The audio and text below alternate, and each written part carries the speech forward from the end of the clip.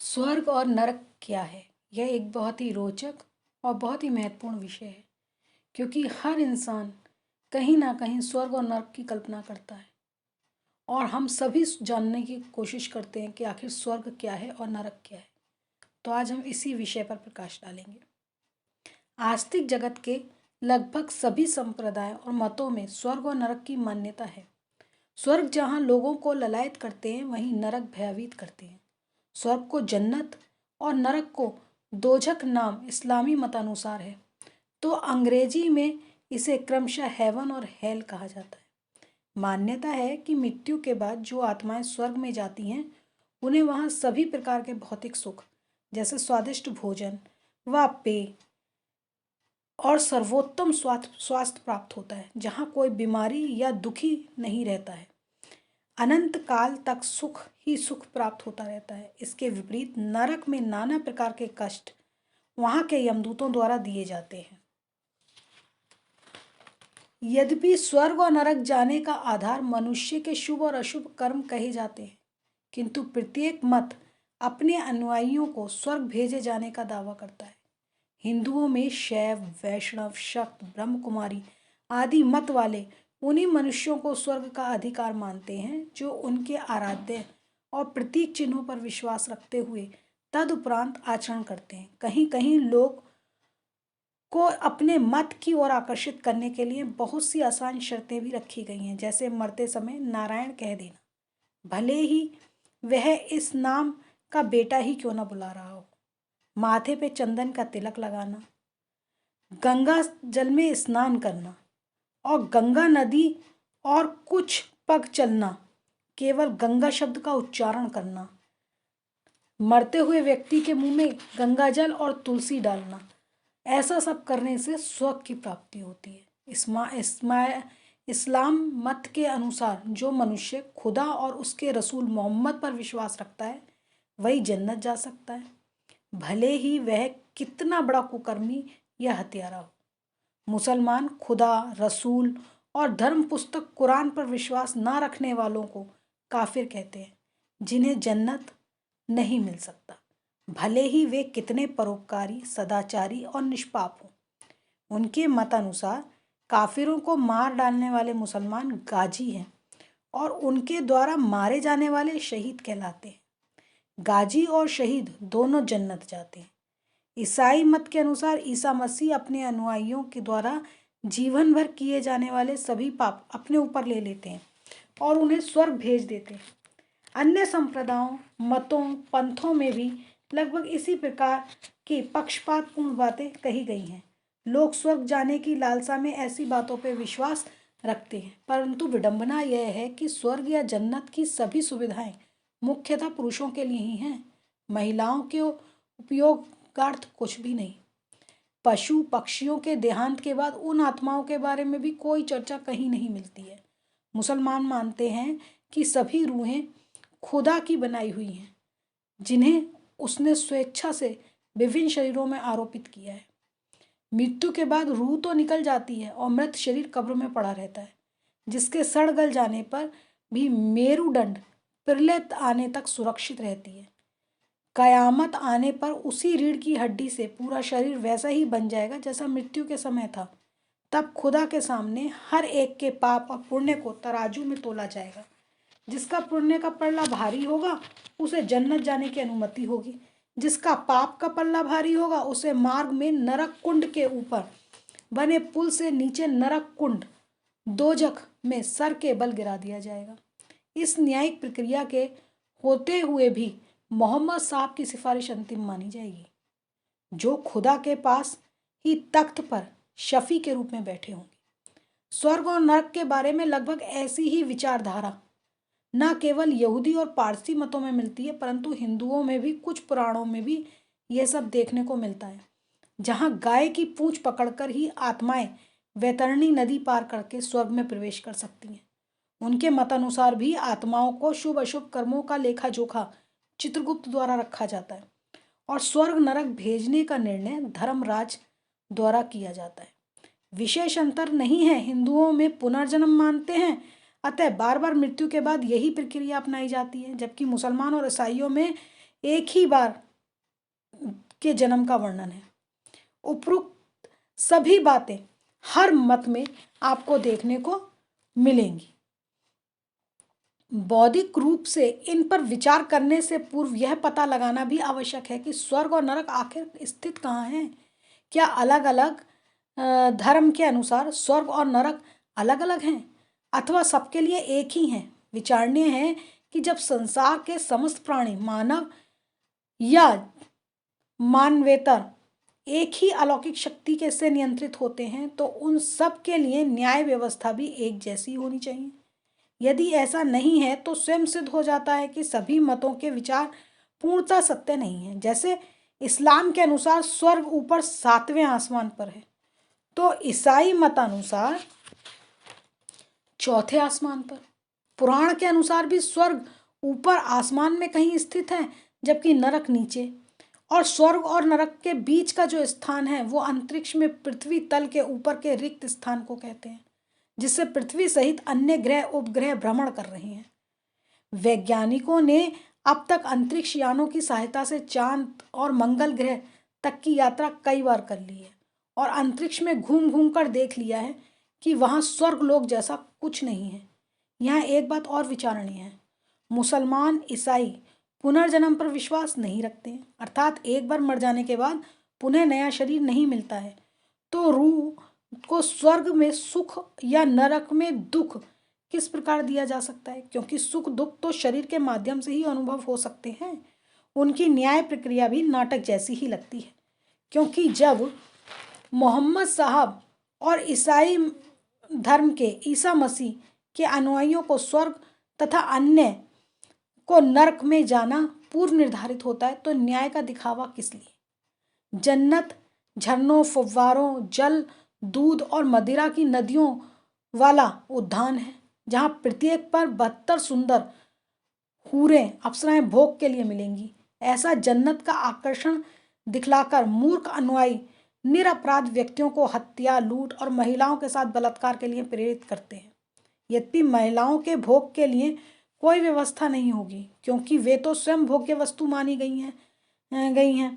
विचारणीय है कि उपरोक्त मतों की पुस्तकों में जन्नत और दोजख से संबंधित सारा वितरण मात्र कल्पना पे ही आधारित है, क्योंकि प्रलय अथवा मृत्यु उपरांत दिवस केवल एक बार ही होगा जब मृत आत्माएं जन्नत या दोजख में भेजी जाएंगी। उससे पूर्व तो उन्हें कब्र में पड़े पड़े प्रतीक्षा ही करनी होगी। इन मतों की पुस्तकों के अनुसार प्रलय अथवा मृत्युत्थान का समय आने पर 40 दिन तक वर्षा होगी, जिससे पृथ्वी 12 हाथ की ऊंचाई तक पानी से ढक जाएगी। सूर्य पश्चिम से उदय होगा। सदियों से कब्रों में पड़े हुए मृतकों के शरीर पौधों की तरह उगेंगे। उन्हें चिरकाल तक सूर्य की कड़ी धूप में खड़े रहकर न्याय की प्रतीक्षा करनी पड़ेगी। सूर्य इतना नीचे उतर आएगा कि उसकी ऊंचाई उनके सिरों से कुछ हाथ ही ऊपर रह जाएगी। उपरोक्त कथनों की विज्ञान या बुद्धि की कसौटी पर जांच कर सकते हैं। अब पौराणिक हिंदुओं की मान्यताओं पर विचार करेंगे, जो पुनर्जन्म पर विश्वास करते हैं। पहला आक्षेप है कि जब मनुष्य द्वारा किए गए शुभ अशुभ कर्म का फल जीवात्मा को स्वर्ग या नरक में प्राप्त हो जाते हैं, तो अगला जन्म किस आधार पर होता है, क्योंकि धनी संपन्न परिवार में जन्म होता है, कोई निर्धन परिवार में जन्म लेता है। कोई मनुष्य सर्वोत्तम शरीर पाता है तो कोई पशु पक्षी कीड़े मकोड़े का। ऐसा क्यों? दूसरा आक्षेप कि मृतक की 13वीं बरसी या पितृपक्ष में मृत आत्माओं को, जिन्हें पितर माना जाता है, बुलाकर भोजन कराया जाता है, तो क्या पूरे वर्ष स्वर्ग में भूखे रहते हैं वे? तीसरा आक्षेप है कि जब शुभ और अशुभ कर्मों की अनेकों श्रेणियां होती हैं तो उनके फल स्वरूप आत्माओं को 2 ही विभाजन होते हैं, स्वर्ग या नरक में ही क्यों रखा जाता है? एक और भी बात है कि जब हम ये कहते हैं कि जीवात्मा पुनर्जन्म ले लेती है, तो क्या पितृपक्ष में जो हम आत्माओं को कहते हैं कि वो हमसे मिलने आती हैं, तो क्या वो जो शरीर में जन्म ले चुकी हैं उस शरीर को छोड़कर हमारे पास आती हैं? ऐसा कहीं देखा तो नहीं गया है कि कोई उतने टाइम पे अगर आत्मा निकल कर चली जाएगी तो क्या वो आदमी मूर्छित रहेगा?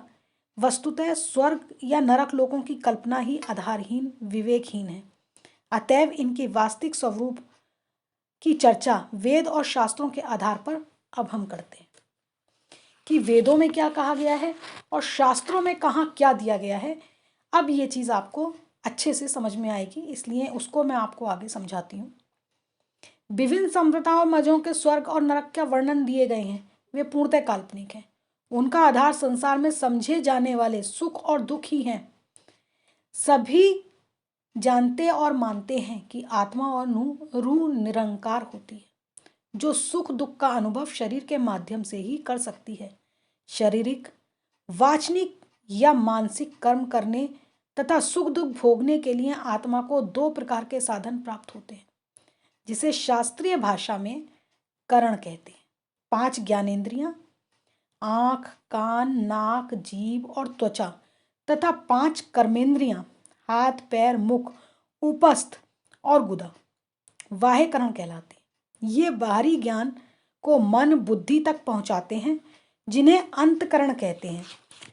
अंतकरण का संबंध आत्मा के साथ रहता है। अतः बाहरी वस्तुओं का ज्ञान तथा शारीरिक सुख दुख आत्माओं को शरीर और इंद्रियों द्वारा ही प्राप्त हो सकता है। उदाहरण के लिए, आँखों के बिना मनोहर दृश्य नहीं देखा जा सकता। कर्णेंद्रियों के निष्क्रिय होने पर बहरे व्यक्ति को मधुर संगीत भी सुनाई नहीं देता।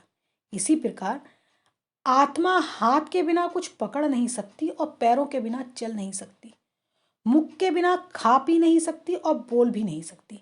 सुप्त अवस्था में और मूर्छित अवस्था में मन का संबंध ज्ञानेंद्रियों से टूट जाने पर प्राणी की बाहरी वस्तु दिखलाई नहीं देती है, कोई भी ध्वनि सुनाई नहीं देती है, किसी स्पर्श का अनुभव भी नहीं होता है। उपरोक्त तथ्यों के परिप्रेक्ष्य में यह स्पष्ट हो जाता है कि शरीर से निकल जाने पर जीवात्मा कोई भी कार्य नहीं कर सकती है। उसे सुख दुख का ज्ञान भी तभी हो सकता है जब वह उसे नया शरीर मिले, उसका पुनर्जन्म हो। इससे सिद्ध होता है कि शरीर छोड़कर दूसरे शरीर को धारण करने के मध्य काल में जीवात्मा कोमा जैसी अवस्था में होती है और अंतरिक्ष में विचरण करती रहती है। उस समय न उसे भोजन पानी लेने की आवश्यकता होती है, न वस्त्र आदि की। उसे कोई मंत्र तंत्र या अन्य किसी उपाय से कहीं बुलाया नहीं जा सकता। अतः आत्मा को किसी भी उद्देश्य के लिए बुलाने की बात पूर्णतः आधारहीन, असत्य और पाखंड है। यदि शरीर से निकली आत्मा को बुलाने और खिलाने पिलाने या कुछ पूछने की शक्ति किसी में होती, तो वह अपने नज़दीकी की मृत्यु हो जाने पर उसे पुनः उसी के शरीर में प्रतिष्ठित कर कर पुनर्जीवित कर देता। अब मूल विषय पर विचार करते हैं कि स्वर्ग नरक होता है या नहीं होता है, तो वे कहाँ और किस रूप में। इसका उत्तर ढूंढना अब कठिन नहीं है, जब यह स्पष्ट हो चुका है कि सुख या दुख भोगने के लिए शरीर और इंद्रियों का होना अनिवार्य है, क्योंकि मृत्यु के बाद जीवात्मा को नया शरीर अगले जन्म में ही प्राप्त होता है। अतः उसी को स्वर्ग या नरक कहा जा सकता है, जहाँ सुख और दुख भोगना पड़ता है। पूर्व जन्मों के कर्मों के आधार पर शरीर और भोग ईश्वर की न्यायिक व्यवस्था से प्राप्त होते हैं।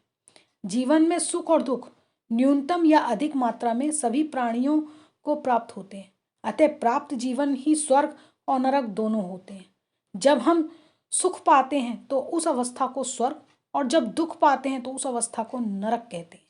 ईश्वर सर्वशक्तिमान है, अतः आत्माओं को न्याय देने के लिए उसे धर्मराज, चित्रगुप्त या किसी पैगंबर आदि की आवश्यकता नहीं है। गीता में भी भगवान कृष्ण ने अर्जुन को यही बात समझाई है। अब हम गीता में जो श्लोक हैं उसके आधार पर आपको बताते हैं कि गीता में श्री कृष्ण ने क्या समझाया था। भगवान कृष्ण अर्जुन को समझाते हैं कि देहिनो अस्मिन् यथा देहे कौमारम यौवनम जरा तथा देहांतर प्राप्तिर धीरस्तत्र न मुह्यति। ये गीता के दूसरे अध्याय का 13वां श्लोक है। इसका अर्थ होता है कि जीवात्मा के शरीर में आने के बाद जैसे बचपन, युवावस्था और वृद्धावस्था आती है, उसी प्रकार चौथी अवस्था देहांतर प्राप्ति अर्थात नया शरीर पाना भी है। इससे ये स्पष्ट हो जाता है कि मृत्यु होना कोई अस्वाभाविक कर्म नहीं है, अपितु जैसे बचपन के बाद जवानी, जवानी के बाद बुढ़ापा, बुढ़ापा के बाद मृत्यु और मृत्यु के बाद पुनः जीवन, ये एक जीवन चक्र चलता रहता है। इसी को आवागमन का चक्र भी कहते हैं। इसलिए जैसे किसी के युवावस्था से वृद्धावस्था में आने पे दुख नहीं मनाया जाता, वो एक स्वाभाविक स्थिति होती है। इसी प्रकार से वृद्धावस्था के बाद किसी की मृत्यु हो जाने पर शरीर से आत्मा के अलग हो जाने को एक आवश्यक सा एक नियमित कर्म ही माना जाना चाहिए, ऐसा भगवान कृष्ण ने अर्जुन को समझाया। दूसरा मंत्र श्लोक है गीता का, वासांस जीर्णानि यथा विहाय नवानि गृह्णाति नरोपराणि तथा शरीराणि विहाय जीर्णानि यन्यानि संयाति नवानि देहि। ये गीता के दूसरे अध्याय में ही 22वां श्लोक है। अर्थ है इसका, जिस प्रकार मनुष्य फटे पुराने वस्त्र उतार कर दूसरे नवीन वस्त्र ग्रहण कर लेता है, इसी प्रकार जीवात्मा पुराना शरीर छोड़कर नया शरीर ग्रहण कर लेता है। सभी इस बात को मानते हैं कि पुराना वस्त्र हो या पुराना मकान हो, पुरानी कोई वस्तु हो जो अब उपयोगी न रह गई हो, उसको उतार करके, हटा करके, बदल करके नया वस्तु प्राप्त कर लेना, ग्रहण कर लेना कोई अस्वाभाविक या कोई दुरावस्था नहीं है। इसी प्रकार से जब शरीर वृद्ध हो जाता है धीरे, क्योंकि शरीर बना हुआ है तो जो भी चीज़ बनती है वो बिगड़ती है, नष्ट भी होती है। तो जब वो शरीर इतना अच्छा नहीं रह जाता उपयोग के लिए, तो परमात्मा कृपा करके जीवात्मा को नया शरीर प्रदान कर देते हैं। इसलिए भगवान कृष्ण कहते हैं अर्जुन से कि तुम युद्ध के भीतर किसी को मार दोगे या तुम्हारी ओर का कोई मृत्यु को प्राप्त होगा, इसमें दुख मानने की कोई बात नहीं है, क्योंकि जीवात्मा का हनन तो हो नहीं सकता। शरीर बदला जाएगा, नया उत्तम शरीर प्राप्त हो जाएगा। इन वचनों से स्पष्ट है कि जीवात्मा द्वारा शरीर से निकलने और नया शरीर पाने के मध्य किसी स्वर्ग या नरक लोक में जाने की बात मात्र कल्पना ही है, क्योंकि इन सभी श्लोकों में और भी वेद शास्त्रों में इनके बीच में, अर्थात शरीर को छोड़ करके आत्मा फिर नए शरीर में जाती है, इन दोनों के बीच में किसी और स्थान पर जाने की कोई बात कहीं भी नहीं कही गई है। इसलिए जो कल्पना की जाती है किसी स्वर्ग या नरक लोक जो कि कोई अलग है जहाँ जीवात्मा जाता है, वो निराधार है। किसी प्रकार से न तार्किक दृष्टि से न शास्त्रीय दृष्टि से ही वो समझने वाली बात है, स्वीकार करने योग्य बात है। वेद शास्त्रों के प्रखंड विद्वान महर्षि दयानंद सरस्वती ने आर्य उपदेश रतनमाला में लिखा है, विशेष सुख और सुख की सामग्री का जीव को प्राप्त होना स्वर्ग कहलाता है तथा विशेष दुख और दुख की सामग्री का जीव को प्राप्त होना नरक कहलाता है। इतना स्पष्ट हो जाने पर भी कोई प्रश्न कर सकता है कि स्वर्ग और नरक लोग धार्मिक कहलाने वाली पुस्तकों में क्यों स्थान रखे हुए हैं या उन्हें वहाँ पर क्यों स्थान दिया गया है। तो इसके दो ही कारण हैं, अज्ञान और लालच या स्वार्थ।